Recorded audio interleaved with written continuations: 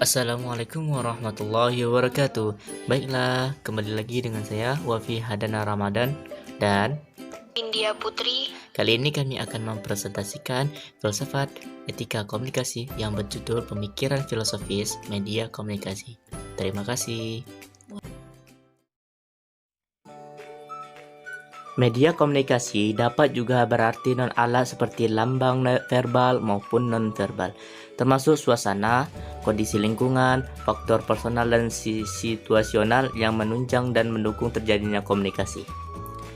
Fungsi media komunikasi secara umum, media komunikasi digunakan untuk mencapai komunikasi yang efektif karena media komunikasi merupakan perpanjangan tangan komunikator untuk mencapai komunikan sasarannya. Oleh sebab itu, komunikator harus tahu siapa komunikannya, termasuk faktor-faktor personal situasional, harus tahu pesan yang akan disampaikan, bagaimana strategi penyampaian pesan, media apa yang paling efisien untuk mencapai komunikannya.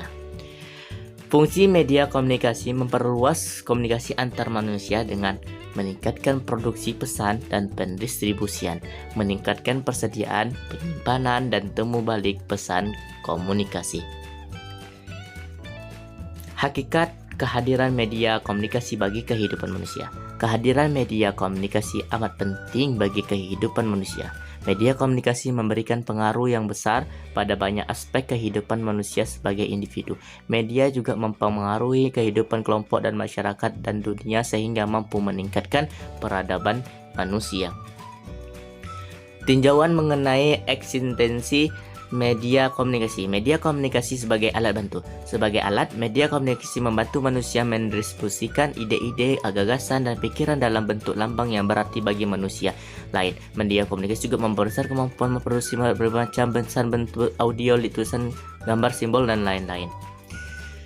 Media massa dan media nirmasa. Media massa seperti surat kabar, radio, televisi, dan film digunakan untuk menjangkau sejumlah besar komunikan. Media nirmasa seperti surat, poster, brosur, dan lain-lain yang digunakan untuk menjangkau satu atau sejumlah komunikan yang relatif sedikit. Kelebihan dan kekurangan media komunikasi. Kelebihan dan kekurangan media sebagai alat. Media komunikasi dibagi-bagi dalam 3 sifat. Bersifat didengar, visual, dan audio visual. Media komunikasi dan kehidupan manusia. Perkembangan media komunikasi memberikan banyak kesempatan pada manusia untuk memperluas jangkauan komunikasinya, yang pada akhirnya untuk meningkatkan kualitas hidupnya. Lebih dari itu, kemajuan dan perkembangan media komunikasi membuka banyak lapangan pekerjaan baru. Peluberan informasi. Perkembangan media komunikasi akan menambah jumlah jenis media komunikasi dan juga jumlah pesan yang ada. Hal ini menyebabkan suatu kondisi yang disebut dengan peluberan informasi.